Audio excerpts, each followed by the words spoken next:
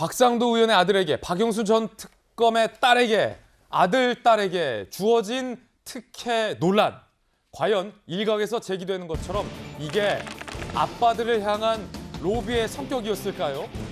아들, 딸에게 주어진 이 특혜성, 소위 혜택은 어떻게 이해해야 할까요? 많은 국민들이 의아해하고 있습니다. 오늘 그래서 아들과 딸들에게 주어진, 귀한 집 아들, 딸에게 주어졌다는 비판과 지적도 나오고 있는 대목입니다. 그 성격에 대해서 오늘 규명해 보겠습니다. 박영수 전 특검의 딸이 이 대장동의 아파트를 시세보다 현저히 싸게 챙겨갔다라는 보도가 나왔습니다.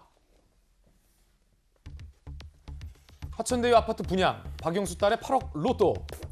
박영수 전 특검 딸 화천대유에서 토지 보상 업무를 맡았고 현재 퇴직 절차 중.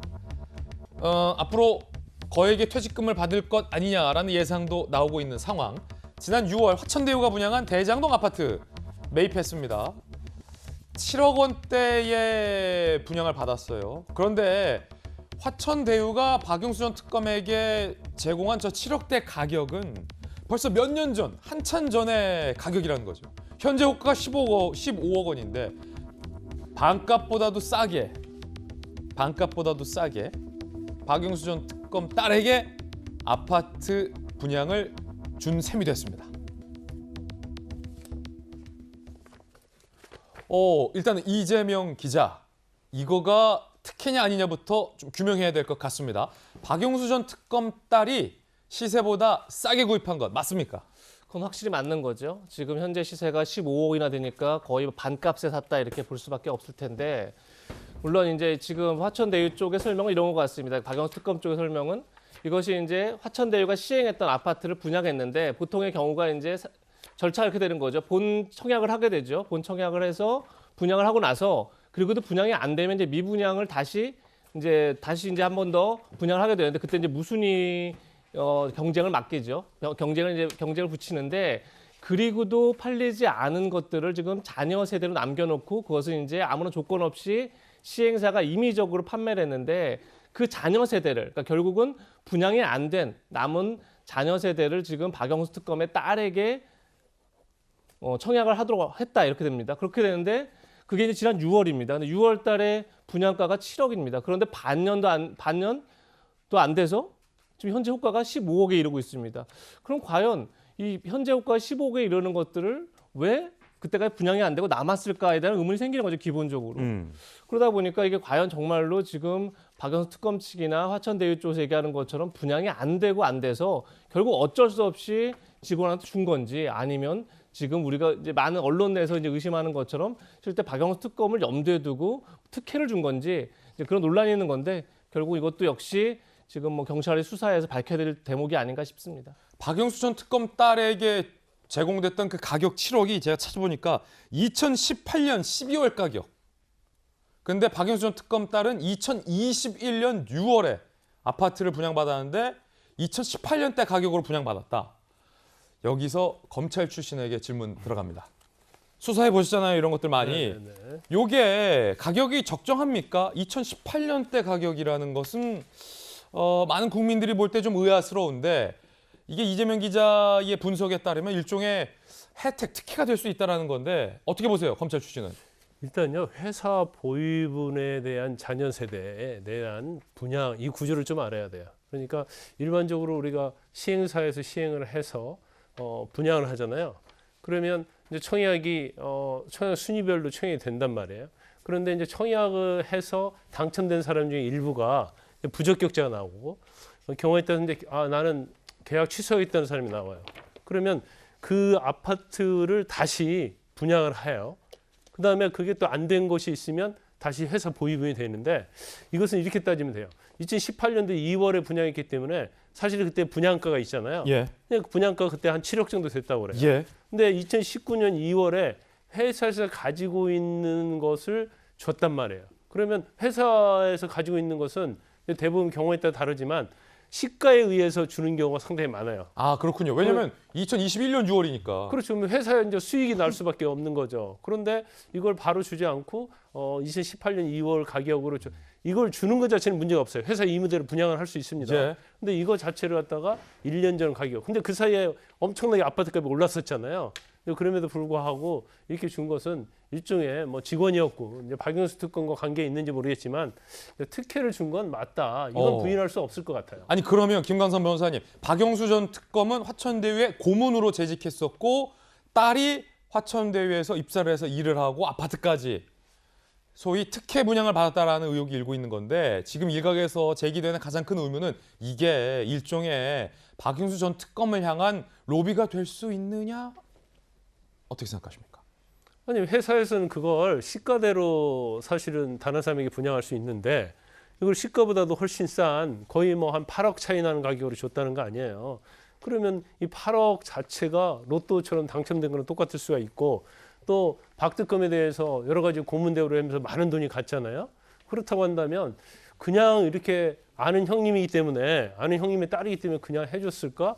그건 뭐 일반적인 시각에서 맞지 않는다고 봐요. 그냥 뭐 어떤 형태든지 박영수 특검과의 어떤 커넥션이랄지 아니면 회사에 도움이 된다랄지 이런 것들을 생각하고 줬을 가능성이 크다. 예. 그렇지만 이거 자체가 뭐 특검이랄지 이런 신분 자체가 회사에 얼마나 영향을 미칠 수 있을지 모르겠지만 뭐 뇌물이 된달지 그렇게 보기는 어려워요. 하지만 일반 시민에 비해서는 상당히 특혜를 줬다 이렇게 볼 수밖에 없죠. 그렇군요. 박영수 전 특검 측의 해명도 한번 들어봐야겠습니다. 박영수 전 특검입니다. 자녀 가구 아파트 분양 누구나 청약할 수 있었다. 특혜 없었다. 자, 여기서 누구나 청약할 수 있었다라고 반박했어요. 그런데 건설업계에서는 시행사가 특정인에게 세금 부담 지우지 않고 합법적으로 큰 돈 준 것. 15억짜리 7억에 분양하면 8억 로또인데 전 국민 몰랐을 것이다. 누구나 분양받을 수 있었던 건 아니었던 거 아닙니까? 아마 저 7억에 분양하겠다고 공고를 냈으면요. 몇천 대 1, 몇만 대 1 됐을 거예요. 몇만 대 1이 뭐입니까? 거의 한 5천만 대 1이라는 대일이 아니겠습니까? 그렇죠. 모든 사람이 더구나 저는 무순위 청약이에요. 그러니까 나는 청약의 선순위가 아니다 하더라도 모든 국민이 청약할 수 있단 말이에요. 예. 그러면 저기서 당첨만 되면 나는 그 자리에서 바로 8억 정도를 벌 수 있다. 예. 그럼 누가 청약하지 않겠어요? 아마 저도 청약했을 거예요. 그러면 지금 검사 은퇴하셨지만 만약에 지금 현직 검사라면 딱 요 정도의 개연성 갖고 이거는 수사할 가치가 있다고 보세요? 파볼 만한 건이 있다고 보세요? 검사의 감이 있잖아요. 아니 그러니까 이제 특혜고 부적절하고 그거하고 법 위반하고 좀 달라요. 그러니까 저 부분 자체는 무순위 청약을 해서 부적격자랄지 취소된 것 자체는 회사에서 임의로 분양할 수 있어요. 가격도 회사에서 원래 분양가로 할 수가 있어요. 아, 그래요? 예, 그렇기 때문에 저거 자체가 위법한 행위라고 보기는 어려워요. 그렇지만 뭔가 자기들만의 어떤 리그, 그래서 자기들만의 수익을 올려주기 위해서 일종의 어떻게 보면 커넥션. 그러니까 커넥션, 뭐 짜고 치는 고수도 이렇게 볼 수 있는 거죠. 의혹이죠. 네. 네. 수사를 해봐야 좀 알 수 있는 상황 같은데 분명한 건 박영수 전 특검의 해명대로 누구나 국민 누구나 분양받을 수 있었던 건 아닌 것은 분명해 보입니다. 저 가격에 김재섭 위원님 사실은 우리 뭐 청년 세대를 대표해서 나오셨는데 많은 우리 또 30대 청년들이 내 집 하나 마련하는 게 일생의 꿈인데 그렇죠. 방금 이거 어떻게 보십니까? 이 15억짜리 현재 호가 아파트를 7억에 박탈감을 느끼죠. 예. 사실 그 전에 뭐 물론 이제 그 전까지는 저희 당 의원이었습니다만은 이제 곽상도 의원 아드님 역시도 뭐 50억이라는 말도 안 되는 퇴직금을 받았던 거 아니겠습니까? 마찬가지로 이제 박영수 특검의 따님도 사실 엄청난 시세, 몇 억 단위의 시세 차익을 얻었던 이 아파트를 받았다는 것 자체가 젊은 세대들한테 굉장히 큰 상처를 주는 것도 사실입니다.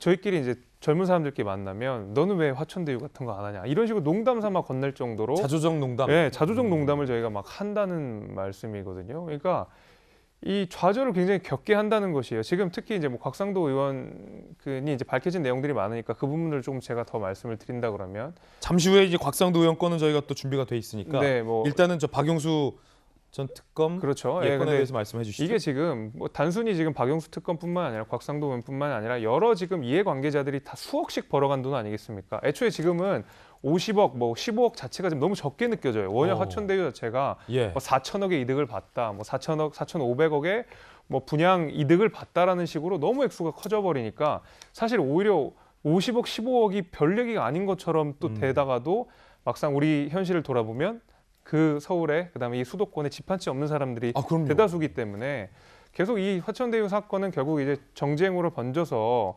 대선 국면에도 영향을 주겠지만 이 정치권이 화천대유 가지고 우리가 논란을 하는 중에 젊은 세대들, 이게 특히 네. 이제 집구하지 못한 젊은 세대들한테 계속 상처가 되고 있는 건 사실입니다. 상처가 되고 있다. 네.